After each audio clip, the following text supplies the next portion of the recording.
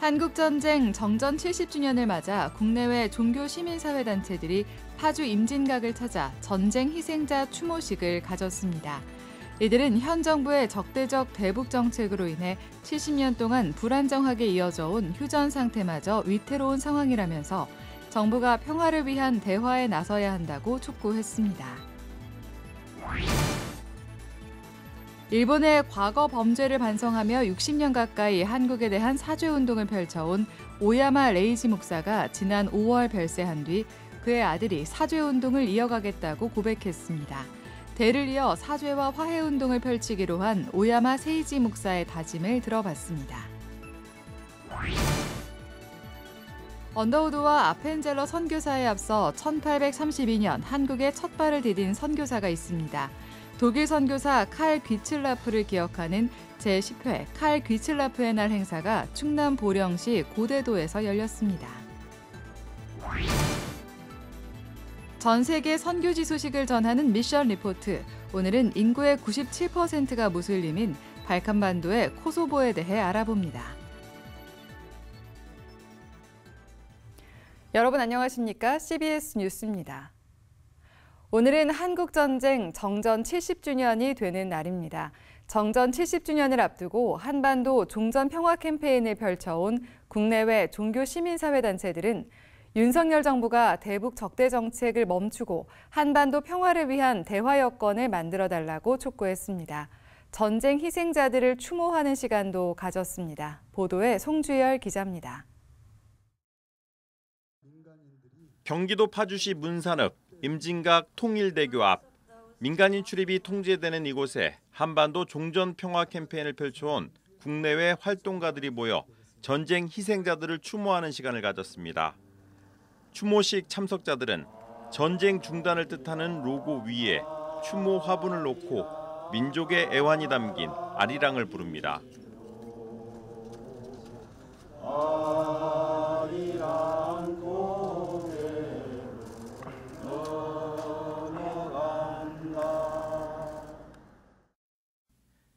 한국전쟁 정전 70주년을 맞아 정전 70년 한반도 평화행동이라는 이름 아래 뭉친 6.15 공동선언 실천 남측위원회와 한반도 종전평화 캠페인은 전쟁 희생자 추모식에 이어 한반도의 전쟁 종식을 촉구하는 기자회견을 가졌습니다. 지금 힘에 의한 평화를 얘기하고 있는데 힘을 가진 자들은 언제나 폭력을 동반하고 끊임없이 힘을 가진 자들은 이 땅 위에서 전쟁을 벌여왔습니다. 또다시 이 땅에서 다시 전쟁이 일어나서는 안 됩니다. 이젠 70년의 쉼표를 찍고 이제 다시 한번 이 한반도에서 평화의 꽃을 피워내기 위해서 반드시 종전이 이루어지고 평화협정이 맺어져서 평화체제로 가는 길, 그것이 우리 한반도가 지향해야 될 길이라고 생각합니다. 정전 70년 한반도 평화행동은 현재 한반도 상황을 두고 협상 테이블에 앉아야 할 당사국들이 무력 시위를 이어가면서 70년 동안 불안정하게 이어져 온 휴전 상태마저 위태로운 지경이라고 우려했습니다. 그러면서 불안한 휴전 상태로 지속돼 온 전쟁을 이제는 끝내야 한다며 한국전쟁 당사국들이 하루속히 전쟁 종식을 선언해야 한다고 강조했습니다. 항구적이고 공고한 평화체제 구축과 한반도의 완전한 비핵화는 한국전쟁의 종식을 통해서만 온전히 실현될 수 있다. 한국전쟁 당사국들은 하루속히 전쟁의 종식을 선포하고 정전협정을 평화협정으로 대체해야 한다. 해외 활동가들도 한반도 평화는 동북아시아를 넘어 전 세계 평화와 직결돼 있다며 대한민국 국회와 정부가 전쟁을 종식시키고 평화를 만들어가는 일에 나서줄 것을 호소했습니다. Building peace on the Korean Peninsula is vital not only for Korea, but it is necessary for a peaceful, sustainable future for all of Northeast Asia and for the world.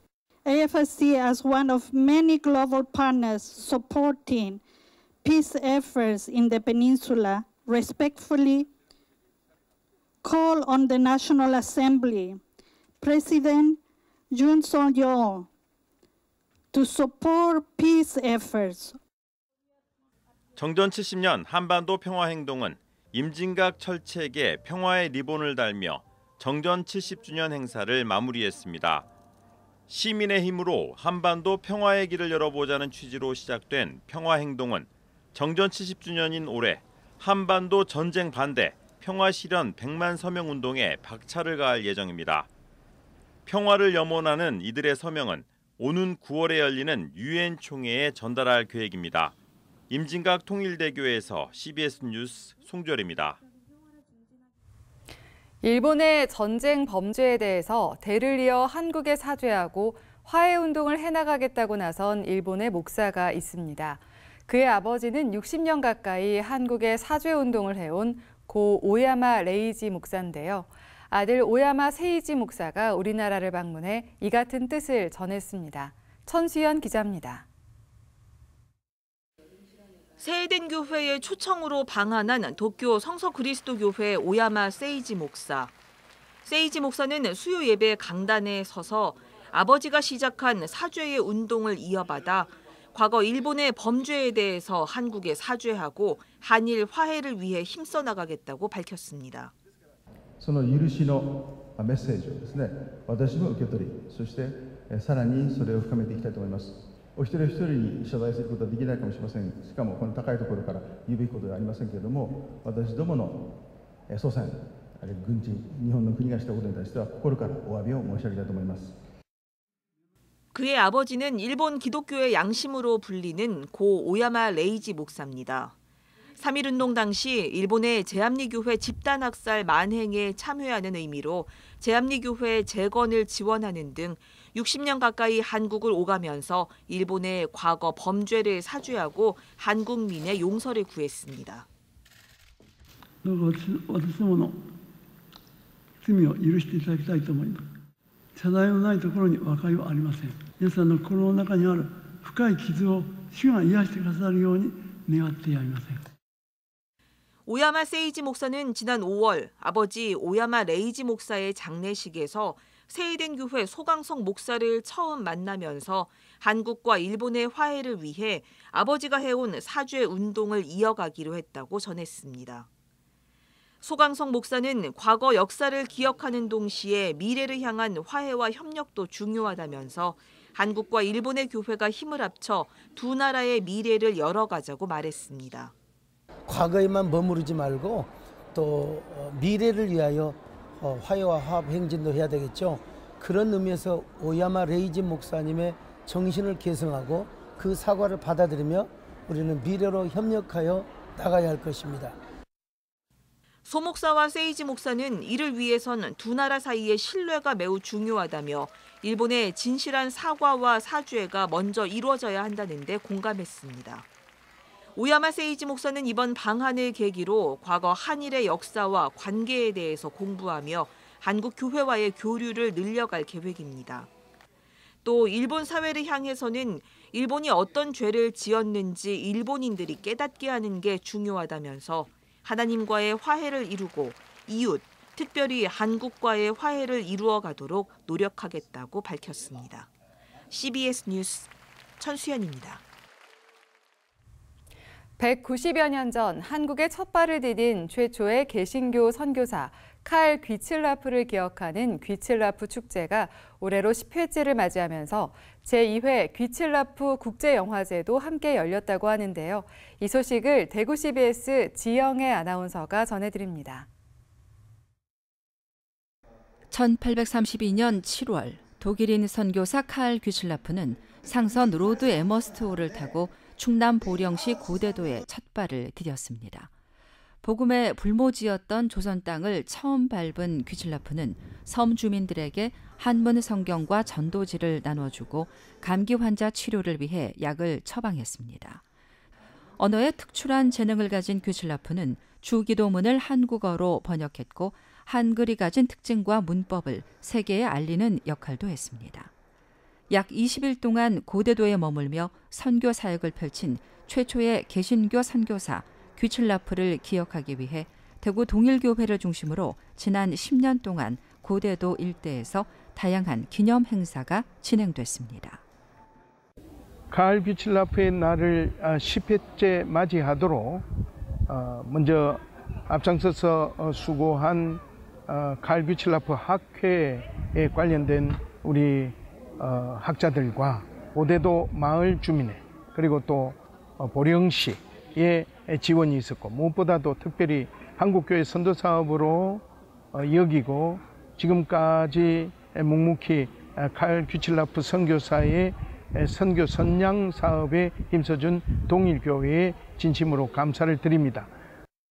고대도 선교센터에서 약 200여 명이 참석한 가운데 열린 제10회 칼 규칠라프의 날 기념식은 동일교회 프로이데 아카데미 학생들의 고대도 찬가 합창으로 시작됐습니다.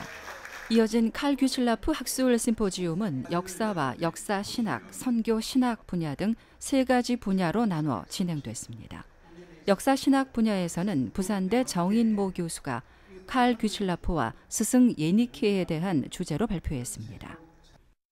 예니케는 베를린 선교학교를 세웠고 이 선교학교를 통해서 칼 규칠라프는 선교 훈련을 받았습니다. 이 선교학교의 어떤 선교 정신이나 교육 정신은 보헤미안 경건주의를 바탕으로 하고 있습니다.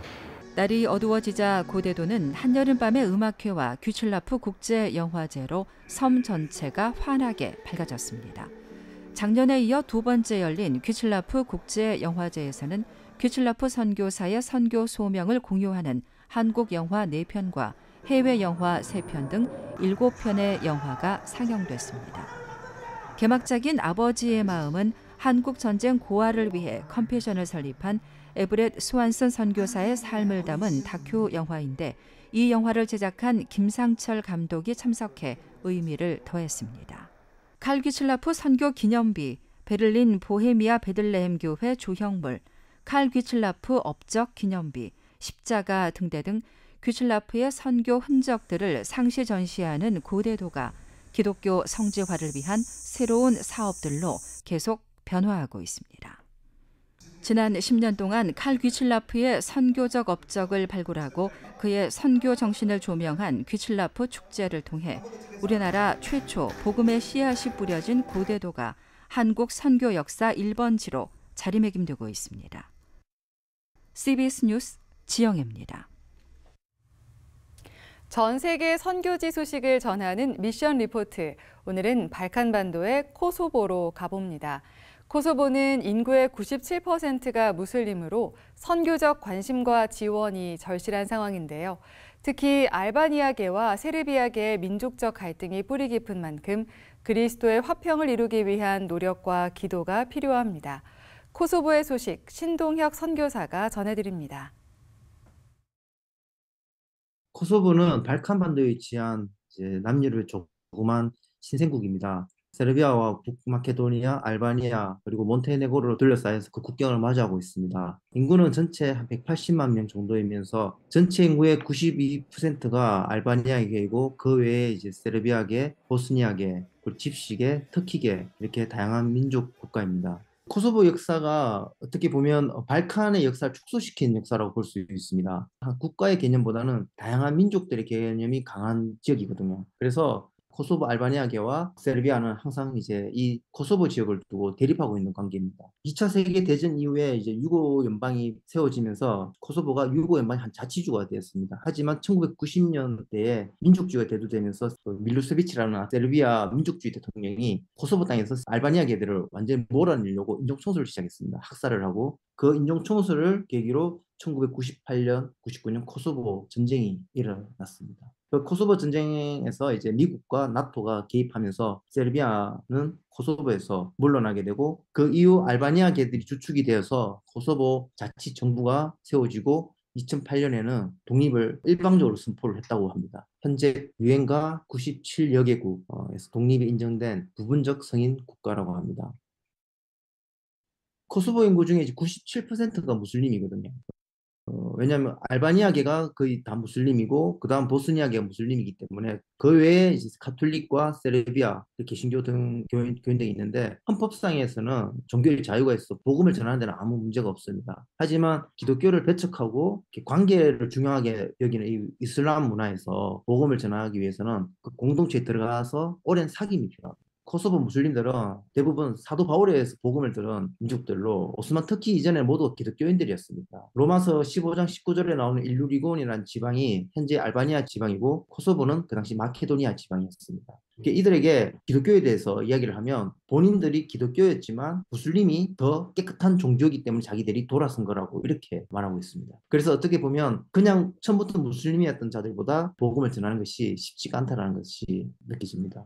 1999년에 코소보 전쟁 때 많은 난민들이 코소보를 떠났다가 돌아오는 과정에서 많은 선교사들이 함께 들어오면서 코소보의 개신교회가 증가하게 되었습니다. 그 당시만 해도 한 42개 교회에 10,000명에서 15,000명의 개신교인이 있었던 걸로 추정이 됩니다. 하지만 현재는 20년이 지나면서 그 수가 급격히 이제 감소되어서 20여 개 개신교회와 한 850여 명 남짓으로 지금 통계가 되고 있습니다. 코소보 선교는 우리가 수적 부흥을 기대하기보다는 한 명 한 명을 지속적으로 이렇게 만나면서 이제 복음을 전하고 제자를 양육하는 방향이 좀 적절한 곳이라고 볼 수 있습니다. 땅을 기경하는 지역이라고 볼 수 있습니다. 인내와 기다림이 필요한 지역입니다. 보통 교회 공동체라고 하면 이 사람들 입장에서는 어떤 개종에 대한 부담이 있고 또 거기에 대해서 꺼려하기 때문에 전혀 어떤 종교색이 없는 제3의 공동체를 형성해서 그것으로 이 사람들을 초대해서 그 안에서 함께 교제를 하면서 깊은 관계를 맺은 다음에 복음을 전하는 방법이 가장 효과적이지 않을까 이렇게 생각을 합니다. 그래서 현재 많은 선교사님들이 대부분 체육관 사역이나 카페 아니면 청소년 센터 사역을 중심으로 그렇게 사역이 이루어지고 그 만남에서 복음을 전하고 교회는 현지 교회, 현지인 사역자가 하는 교회로 이제 사람들을 보내고 있는 그러한 협업이 일어나고 있습니다. 1년에 한 번 단기 팀들이 한 지역에 꾸준히 와서 그 사람들과 이틀이든지 3일이든지 아니면 일주일이든지 꾸준히 계속 찾아준다면 그 사람들도 그 마음을 열고 오히려 더 기쁘게 영접하고 또 예수님 만날 수 있는 기회를 가질 수 있을 것 같습니다. 지금도 세르비아계들이 많이 거주하고 있는 코소보 북부 도시에서 세르비아계들이 반정부 데모를 하면서 알바니아계들과 크고 작은 충돌이 계속 일어나고 있거든요. 그 사이에서 이제 교회와 주인들이 먼저 모범을 보이고 사랑하고 용서해서 그래서 화평의 중심 역할을 잘 감당할 수 있도록 기도해 주시면 감사하겠습니다. 코소보는 물론이고 국제사회에도 약간 긴장감을 주고 있는 실정입니다. 정치적, 민족적인 관계로는 화평을 이루기가 사실상 이제 불가능하다고 보는데, 하지만 이제 그리스도인들이 앞장서서 서로를 이제 용서하고 사랑하는 모범을 보이면 변화되지 않을까 저는 그렇게 기도합니다. 간혹 이제 세르비아 개신교회 목회자들과 알바니아 개신교회 목회자들과는 이제 교류를 하거든요. 같이 세미나도 하고 교회뿐만 아니라 그게 사회적으로 좀 영향을 미쳤으면 하는 생각이 있습니다.